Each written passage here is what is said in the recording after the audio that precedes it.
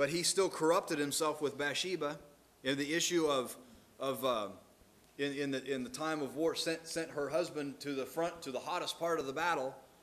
He was a man after God's own heart, but there was still corruption in David. David still had to be redeemed. David will still have to be resurrected because flesh is corrupt. David didn't do this every day. It was the exception, but he was still corrupt. Moses was the meekest man in all the earth, but he still struck the rock instead of speaking to it because Moses was still corrupt. He did, after all, die in the end. Moses didn't rebel like this every day. It wasn't perpetual in Moses, but there was still corruption in Moses. But in Jesus, there is no corruption. Amen. Some things corrupt quicker than others. Organic things, they corrupt quicker. Food and plantation, vegetation, it corrupts quicker than other materials. But in the end, whatever's corrupt will perish away, whether it corrupts quickly or whether it takes a long time. There are things that are corrupt that still last for years, still last for generations of time, that they even last for millennia of time, but they're still corrupting. They're still diminishing. They're still passing away. They're still fading away, even though their duration may be 4,000, 5,000, 6,000 years so far that the world has stood, but it's still corrupt. It's still coming to an end. Jesus saw no corruption. No corruption. The complete absence of corruption. Amen. That Jesus saw no corruption in the grave proves that Jesus was without sin. Amen. Jesus really was dead, and Jesus really didn't corrupt. This can't be except that there was no sin in Jesus. Amen. That Jesus saw no corruption proves that Jesus saw no corruption after he died proves that he was undefiled, was without sin, because he really did die, but he really saw no corruption. Jesus was in his life was tempted at all points, like as we are, yet without sin. He wrestled with temptation, but was not corrupted by it. Amen. Jesus partook of the same flesh and blood as his brethren. He was made like unto his brethren, that he might be a merciful and faithful high priest in things pertaining to God. But even being made flesh and blood, partaking of the seed of Abraham, still he saw no corruption. Jesus ate with publicans and sinners and was not corrupted for it. He went to Simon's house and was the guest of Simon and saw no corruption. Jesus was touched by a woman with an issue of blood, which according to the law would make him unclean.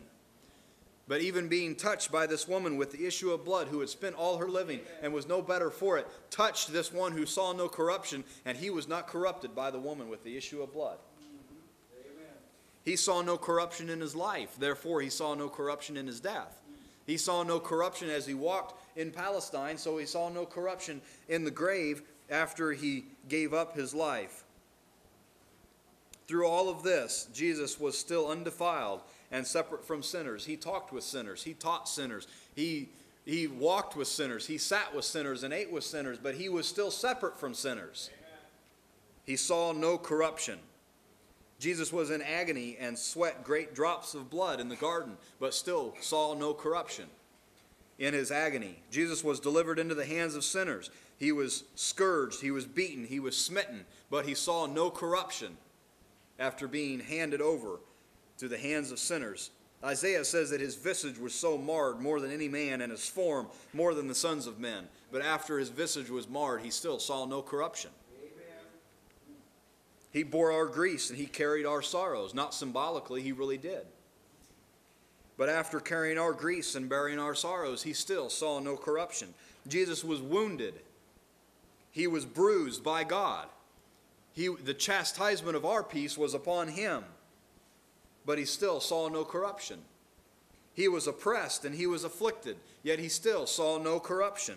He poured out his soul unto death, but was not corrupted by the death that he poured himself unto. Amen.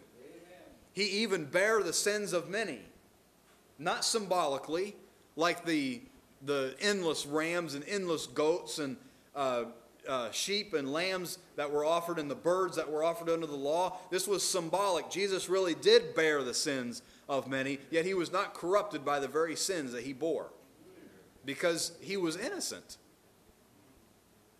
He saw no corruption. So Jesus' resurrection was actually inevitable.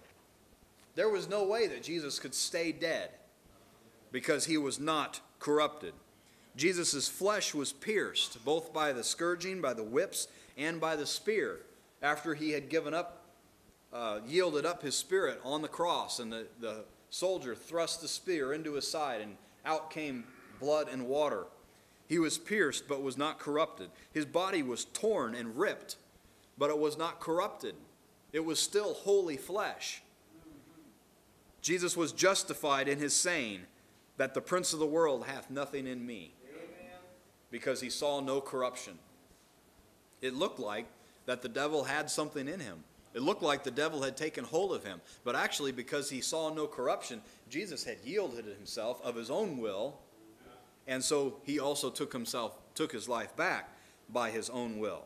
Jesus was justified in saying that he always did those things that pleased his Father, and he was infuriated the people that heard it, yet he was justified in that saying. He saw no corruption. If he did always please the Father in everything that he did, then he would come back. Yes. Death would have no hold on him. Yes.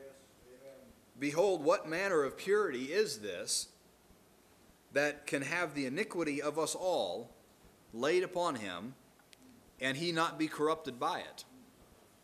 We have been corrupted, brethren, by our own sin. I've been corrupted by the sin that I've committed. To say nothing of your sin being imputed to me as well as my own sin, but Jesus had no sin, and the iniquity of us all was laid upon him, but he was not corrupted by it.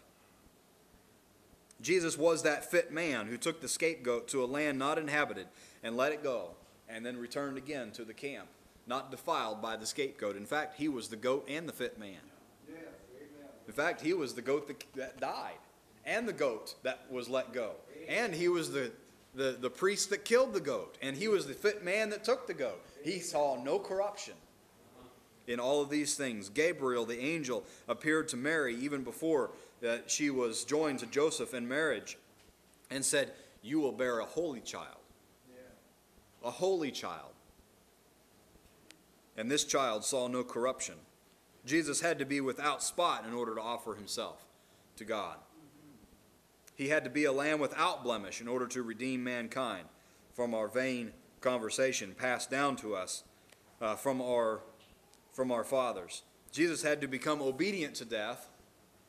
He had to become obedient to death because death could not steal him like death has stolen every other son of man. He had to become obedient to death because death had no claim on him because he saw no corruption. If Jesus had not become obedient to death, then death never would have touched him. He saw no corruption.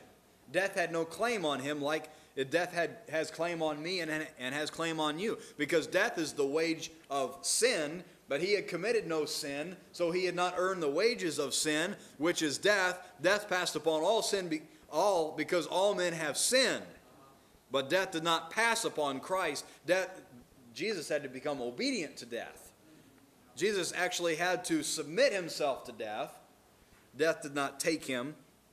Jesus gave himself over unto death because he saw no corruption.